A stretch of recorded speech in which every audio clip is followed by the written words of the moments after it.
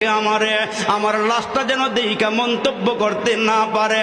হে স্বামী, তোমার দুইটা সন্তান হাসান হোসাইন রে লইয়া আর তুমি আর দুই হাসান হোসাইনকে লইয়া আমি মারা গেলে আমার খাটিয়াটা রাইখা জানাজা পইরা তিনজনে খাটিয়াটা কাঁধে উঠাইয়া আমারে দাফন করিয়া দিও, দুনিয়ার কোনো মানুষকে আমারে দেখাইও না।